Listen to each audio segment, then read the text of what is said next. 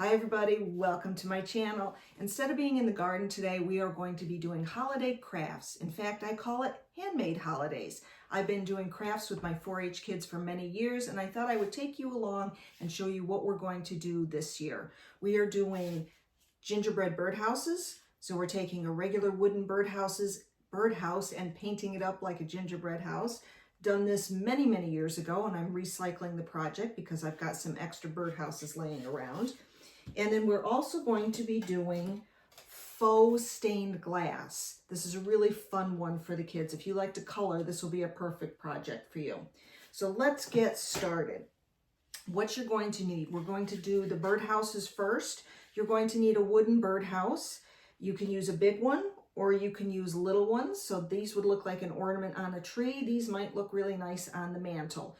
Either way, same project, just different sizes. You're going to need paint.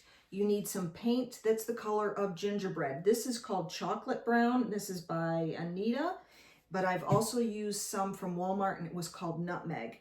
Then you need some puff paints, white, green, and red. This is your icing. You can also use some regular craft paints if you want to add some different colors to your project. You need some paint brushes, a nice one to do the base coat, a plate to put your paint in, some water, and then for cleanup or any mistakes that you might make, there's Q-tips and paper towels. Now we're going to do this project just as if I was talking with my 4-H kids, and I would have them come around the table so I could demonstrate what I'm going to do, and that's what we're going to do. So I'm going to tell them, everybody's going to get one big birdhouse. And everybody's going to get 4 little birdhouses today. Now, you may notice that the little birdhouses are painted. I pre-painted them for you. I did a little prep work ahead of time. But your big birdhouses and the other little ones that you have are not pre-painted. So that's the first thing you're going to do is going to be to pre-paint your birdhouses. Now, why did I pre-paint one for you? Because I know you guys are all impatient. And by the time you paint all of these, they're going to still be wet and you won't be able to apply your frosting yet. But by having one done, you can start doing the frosting early. So I did a little work for you ahead of time. We are going to start painting, and I'm going to paint a frame. I got this at the dollar store. So you guys might be painting birdhouses, but I'm going to do a frame. Now, a couple things before we get started, and these are things that I would be asking my 4-H kids. I'd have them all standing around in front of me, and I would say, how many of you guys can brush your own teeth? And they would sit there and go, oh, I can brush my own teeth. Why are you asking? That's a crazy question. Why? Well, I can brush my teeth. I'm a big kid. I can do that. And I say, oh, that's fantastic. I'm so glad to hear it. Your parents did a good job. And then how many of you guys play basketball? And they all raise their hands and they say, well, I play basketball. And I say, how many of you ever have made a basket, throwing a ball into the basket? And they all raise their hands and they all say, oh, yes, I can do that. I've done that before. And I say, good. Do you know what that means? That means that you are old enough to clean your own paintbrush, and you are old enough to throw your own supplies away because I am not cleaning up after you. They kind of get a little bummed at that. But anyway, the first thing I normally tell them is my pet peeve with paintbrushes. So paintbrushes, and I'm going to try and zoom in on this, you never want to dip your paintbrush all the way in the paint so the paint gets all the way close to the metal part. Never, ever want to do that. You can never get that clean. You should only put your paint about halfway on the paintbrush. Kids have to clean their own paintbrushes, and I check them because paintbrushes are expensive, and if they ruin them, then I can't afford to do cheap crafts with the kids. The other thing is you never start with a dry brush. I mean, I don't want to say never, but don't start with a dry brush. So you're going to start dipping your brush in water, shake up your paints. Move this out of the way a little bit here. Pour your paint into a tray or a dish. Then you're going to load your brush, and you load your brush by taking a little bit, turning it over, taking a little bit. That'll load it all up deep inside the bristles. You're going to let the paintbrush do the work.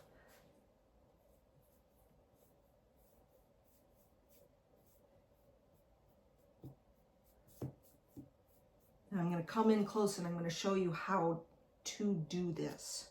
All right, let's see here. So you're going to load your brush. You can take a little bit at a time. Just take a little bit more, and that's going to load it into those bristles.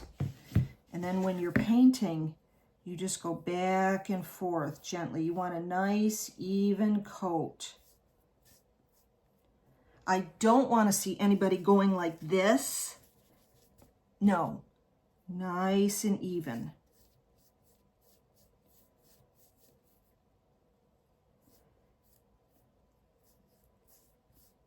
Back and forth. I got this frame at the dollar store, and I can tell right now I'm going to have to put several coats on it. I was hoping it was raw wood, but it's not. It's a plastic. Raw wood would take the paint much better. But anyway, you want to do a nice, smooth, even coat. You don't want to see any bumps. I don't want to see big gobs like this on there. No, nice and smooth. The smoother it is, the quicker it's going to dry. And then you can move on to doing your icing. So for right now, that's our frame. I'm going to flip it over when it's dry and do the other side. We'll probably have to put a couple coats on. But in the meantime, we're going to do some different projects. If you're doing this project and you would like to speed up the drying process, grab your hair dryer. Do not go real close. That could actually burn the paint. Just fold it back far, just like if you were blow drying your hair. It takes a while. Better yet, have something for the kids to do while the paint dries. That's why I pre-painted a birdhouse for them. So while they're waiting for their other projects to dry, they can start decorating with the puff paints. While we are waiting for our birdhouses or our frame to dry, we're going to do the stained glass project. And what you're going to need for that is a frame from the dollar store. This is just a certificate frame, $1.25. You can open that up. You're also going to need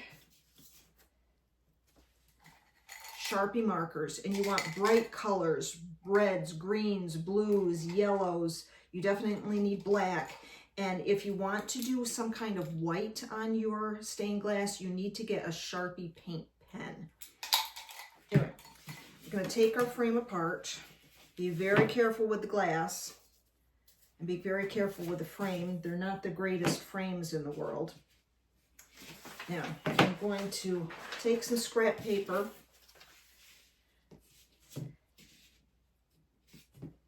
Turn my frame over the top of the scrap paper just so I can draw an outline of what, well, let me see something. Maybe this paper is going to fit right inside the frame. That would be super nice. Oh, and it does. All right, so make sure your frame is 8.5 by 11, and then the paper will fit right in there. So that basically tells me that 8.5 by 11 is the size that I can use to create my stained glass pattern. Now, you can draw your own pattern.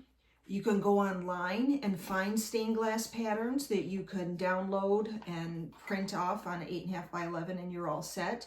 You could get a coloring book page and just use that for your pattern. But what you're looking for is something that's big. You don't want really intricate details in it, and you definitely do not want writing in it because that will not work. So just a basic pattern, and I'm going to try and draw something. Let me grab this.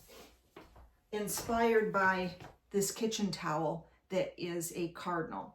So I'm going to draw that. It's going to take me a little while. You don't need to watch me do that, but I'm going to try and do a cardinal, and that's going to be our stained glass project. So when we come back in just a second, hopefully I will have the bird all drawn. All right, here is the bird that I've drawn. Now, you probably wanted to watch me draw it, but I just kind of sat there and started scribbling.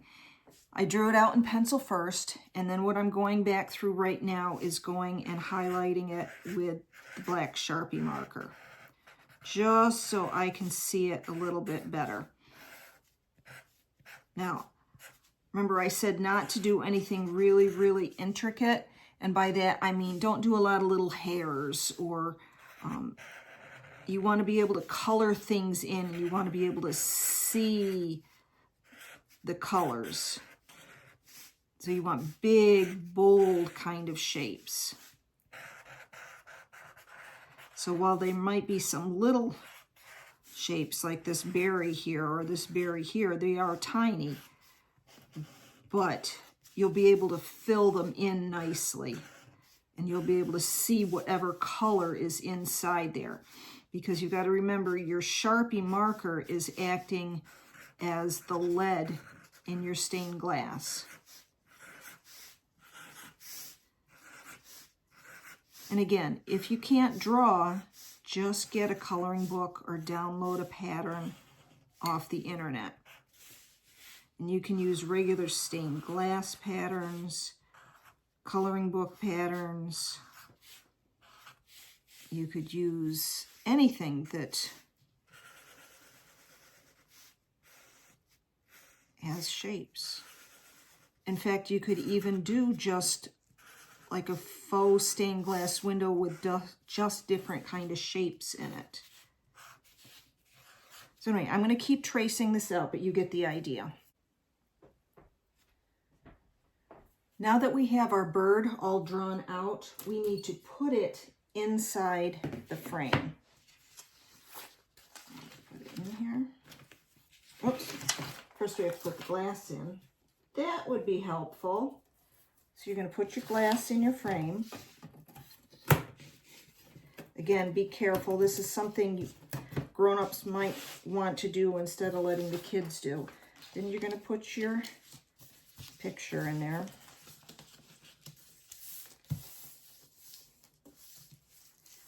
Now, I'm going to put the back on and kind of press the tabs down so that it can't slide around. And you're going to flip it over, and you can see you have the bird there. Now, you're going to take your Sharpie marker and you're going to go on top of each of those black lines. So you're going to draw right on the outside of the glass with your Sharpie marker. Now, something that I just thought of that might be better. When I initially drew this with pencil, that was fine. Maybe what I should have done then is outlined it in a different color. That way, when I'm going over it right now, you would be able to see where you've gone and where you haven't gone with the black marker. And you want to make sure that this outline, because this is the lead for your stained glass, is good and thick. Now, not super, super thick, but you want it to stand out. You want to be able to see the marker, because that is the lead. And if you were doing real stained glass, each of these little shapes you would be cutting out in glass. And you're just going to go around and trace the whole thing.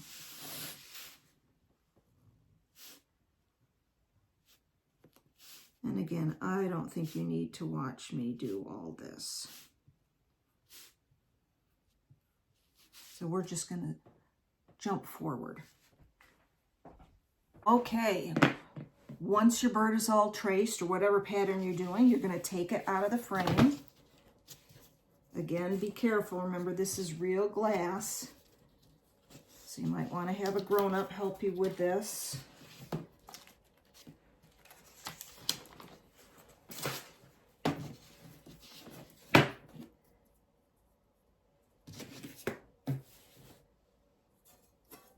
You can put it down now, and you can see this is your pattern. So if there's any places that you've missed or you need to make it a little darker, go ahead and get in there and do that now.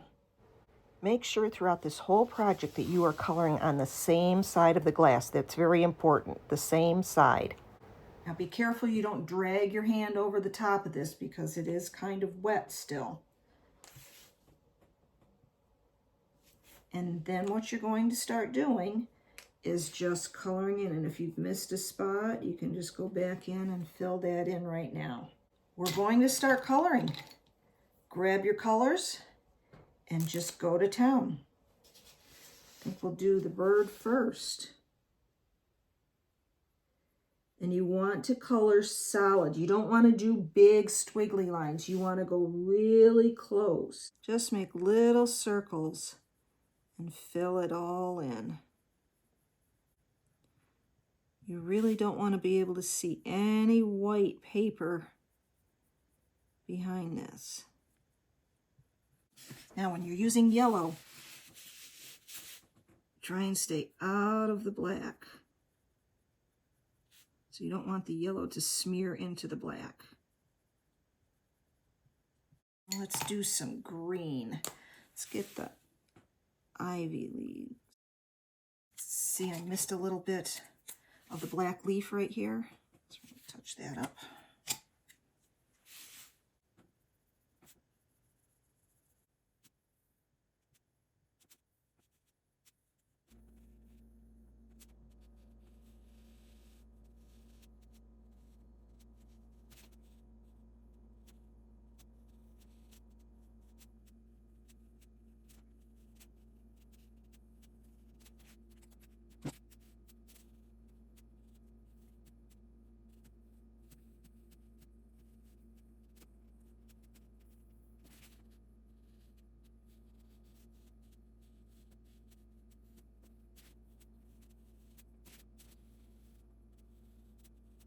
What I found is that when I used the lighter blue, it didn't come out quite as dark as I wanted it to, so I did go over with 2 coats. I might even do a third.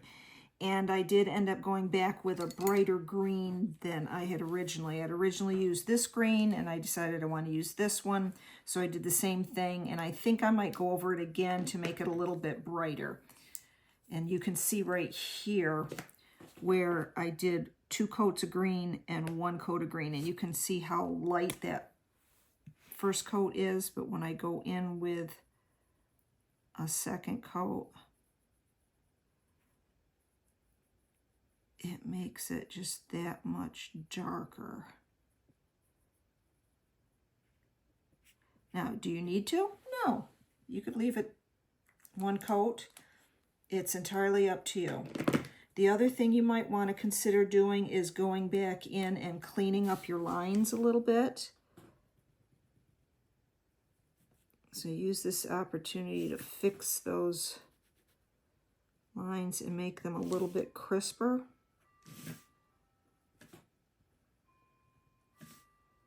Again, do you need to do it? Not necessarily, but it doesn't hurt.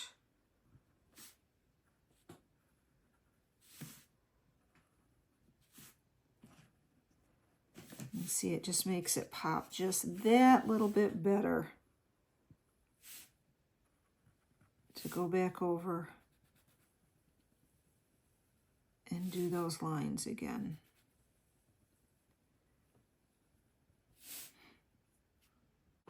So I think I'm going to do the lines one more time, and we'll see what that looks like. Big difference there. Definitely think going over the black again is worth it. I'm going to take this one step further. Looks pretty good. We're going to use a paint pen. See, I have a Sharpie paint pen. The Sharpie marker that you can see through. So you can see through the glass still. When we put the paint pen on, you're not going to see it. So wherever you see white right now, I'm going to go in with the paint pen and I'm going to make it white. Now, paint pen, you have to shake it really, really well. And then you need to dab it to get it going. There it comes. There, we got the white paint coming out. So we're going to do this by doing little dots.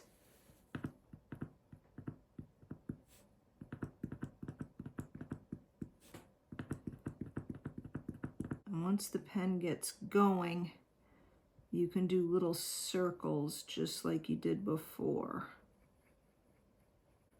Again, you want it to be solid. Now I can see a little bit better where the white paint is going. Definitely helps to put a little bit of colored paper behind it.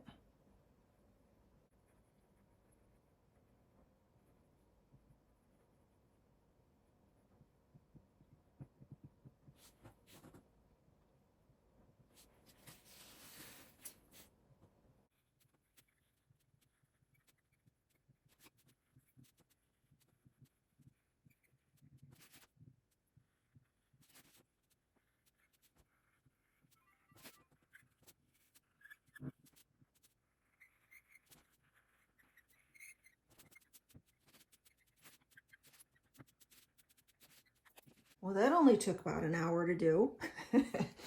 So what we're going to do now is I'm going to set it aside so that our white paint pen can dry, and we're going to go now back to our frame because that should be dry. So I'm going to move this, set this aside. Before you even start thinking about doing any kind of design on your birdhouse or your frame, I want you to grab some puff paint.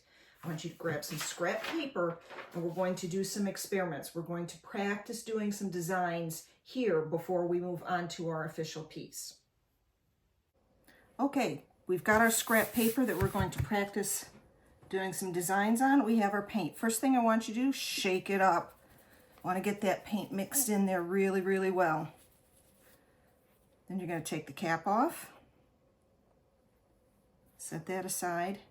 And you're going to do a test squeeze first because you want to make sure that that paint is down here in the tip. So a little shake, air bubble at the top, paint at the bottom, we hope. You're going to give it a little squeeze, and there's our first dot. Now, dots are really easy. You want to just push down, squeeze, lift up, push down, squeeze, lift up. The thing with doing patterns is you want to be consistent. You want your dots to be the same size. You want your dots to be the same distance apart. So when you're practicing on your sheet, that's some of the things I want you to concentrate on. Being consistent. So dots are pretty easy. Then you could move on to some different kind of shapes. Maybe you want to do X's. Again, you're going to be looking for consistency. Are they the same height? Are they the same distance apart? This can get to be a little tricky. See, I messed up there. They're too close together. It's much better if you mess up on your paper than on your project. So go ahead and try this. Now maybe you want to do some circles. Again, we want to try and stay consistent. Same distance apart. Same kind of shape. Maybe you want to try some squiggles, or upside down U's, or connecting U's, or a row of connecting W's. Again, we're trying to stay consistent. Take your time with this. This takes some practice.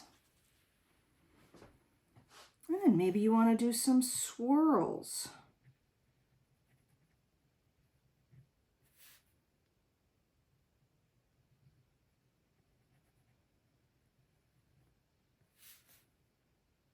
How are you doing? Are you making them look consistent? Practice, practice, practice. So let me see, I'm going to switch to green now. Again, we're going to shake it up. Make sure that paint is down at the bottom and the air bubble is at the top. Take off the cap. I'm going to do a test squeeze. Make sure it's working. Now, different paints have different consistency. So you might have to hold it a little different or squeeze a little harder depending on the type of paint. But again, that's why you want to practice consistency. Now let's see if I can do this one upside down. If we just start going back and forth, and back and forth.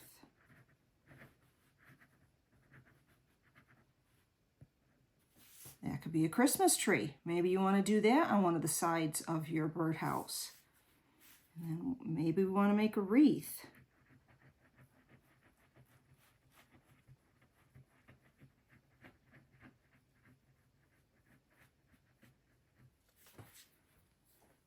The green, let's get some red out again here.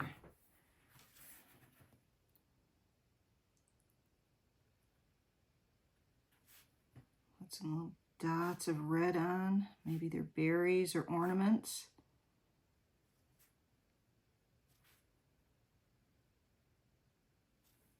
And then maybe you want to put a bow on here. So we're going to make a figure 8,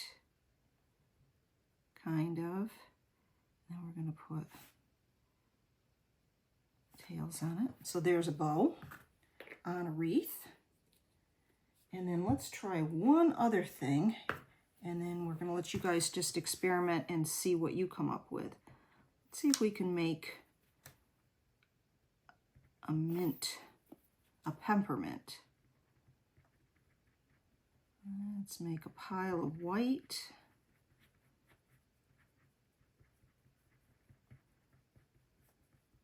Just like that. Then we're going to take our red, put a big dollop of red in the center, and then I'm going to grab a toothpick, and we're just going to drag that red. And we'll see if we can get that to look like a peppermint. Kind of. That could pass in a pinch. But anyway, those are just some ideas. Do whatever you want. Try some things of your own. But again, you're looking for consistency. And practice on this before you graduate to this. I'm going to start along the inner edge with evenly spaced green dots. It's always a good idea to do a little test before you start on your real project in case the bottle burps. If this happens, then gently shake your bottle with the tip facing down so that the paint is at the bottom and the air bubble is at the top. I'm going to continue adding those red dots next to the green ones until I've gone all the way around that intersection of the frame. Don't be afraid to rotate that frame. If it's easier, move that frame around so you can get those dots perfectly in place. The key to this great project is to take your time. You don't want to take the chance that you're going to mess things up and smear. So just slow and steady, dot by dot by dot. Now we're going to start adding the white, and this should really make things start to pop. Again, take your time, dot by dot by dot. While I continue to decorate, let me take this opportunity to tell some of you who might not be aware of what 4-H is. 4-H is one of the largest youth organizations in the country. We are part of the Cooperative Extension System. We are the youth component of that. And here in New York State, we are affiliated with Cornell University. full disclosure, this video that I'm making is my personal video. It has nothing to do with Cornell or the 4-H. I just happen to work with 4-H and I'm doing these projects with them and I thought I would share them with you. Most people associate 4-H with agriculture, and while our roots are in agriculture, we do so much more. We do STEM, robotics, craft, cooking, along with animals and livestock. If you want to see what the 4-H youth in your area are up to, head on out to your local county fair. Most of the displays that are going to be there are probably done by 4-H youth. I hope we see some of these projects that we're working on today up at the Boonville Fair in 2025. But before they go up there, remember they have to be fair worthy. Being fair ready means that your frame looks good all the way around, on the front, on the sides, and on the back. If when you were creating your frame, you managed to get a little bit of white on the side, you can basically take a Q-tip and just wipe that right off. Anytime you make a mistake, use a Q-tip and just wipe it off. Now, the back of our frame doesn't look so good.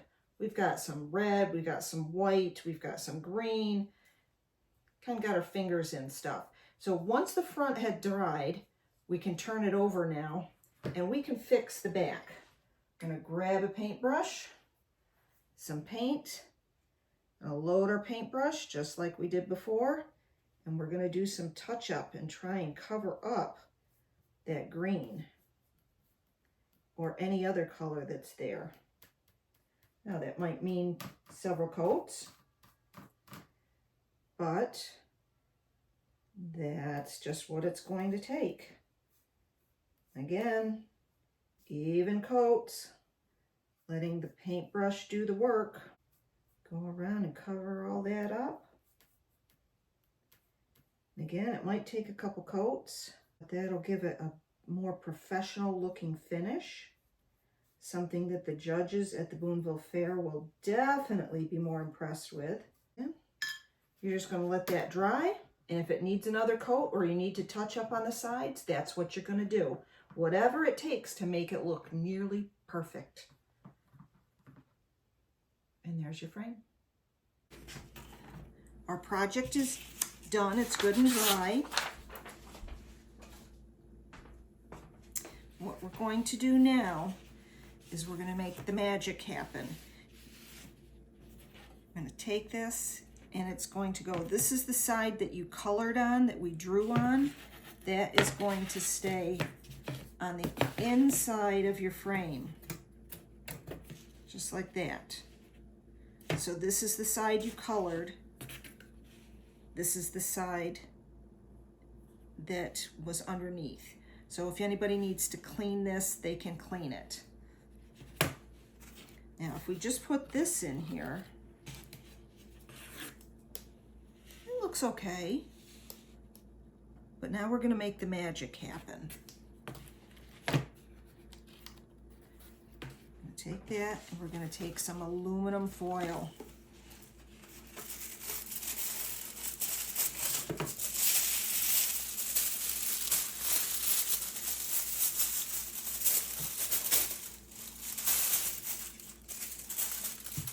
And you want to wrinkle it up.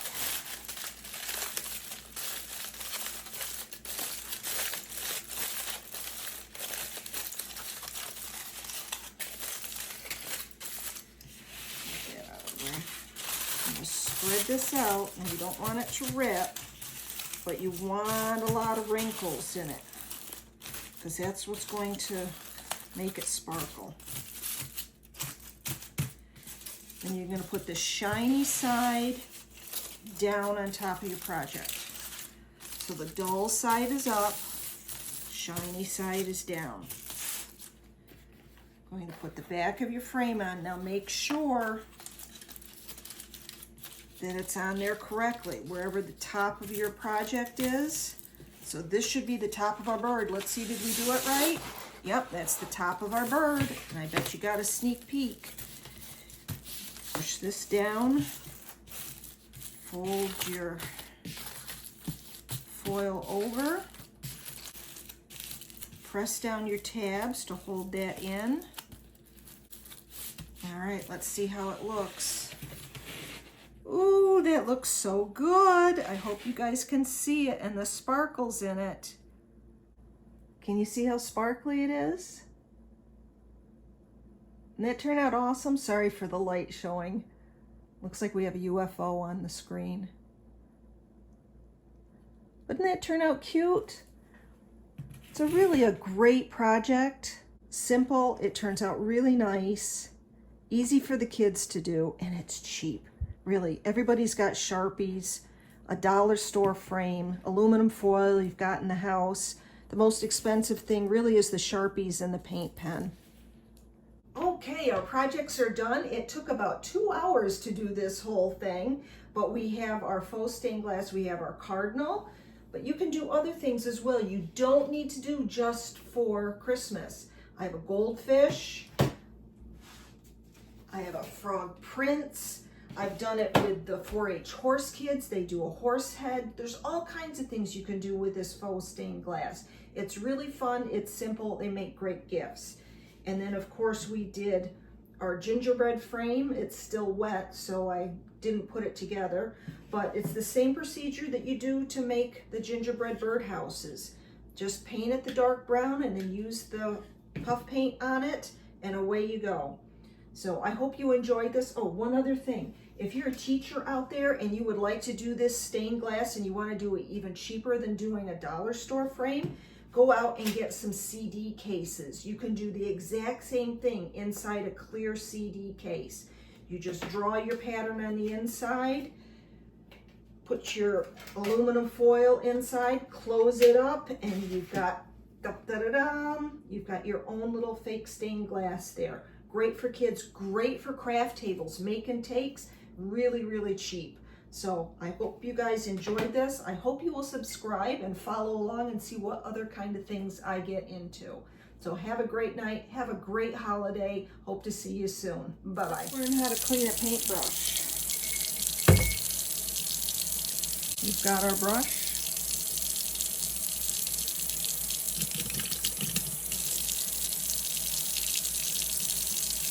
Got it rinsed out pretty darn good. There's not much paint left in it. We're going to test that. Put some soap in your hand. And you're going to load the paintbrush with soap. Just like when you loaded the paintbrush with paint, you just take a little bit at the edges and press down and pull that through. And that gets that soap all the way on the inside.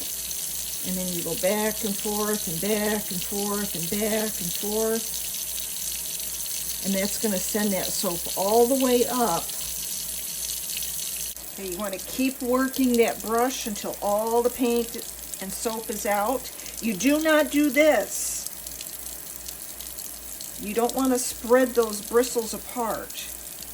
It might look like it's good, but you're ruining the shape of the brush by doing that. So just keep going back and forth and back and forth and back and forth. Clean it out, back and forth, until you've got all the soap out. And then you want to shape your brush. You don't want to leave it looking like that.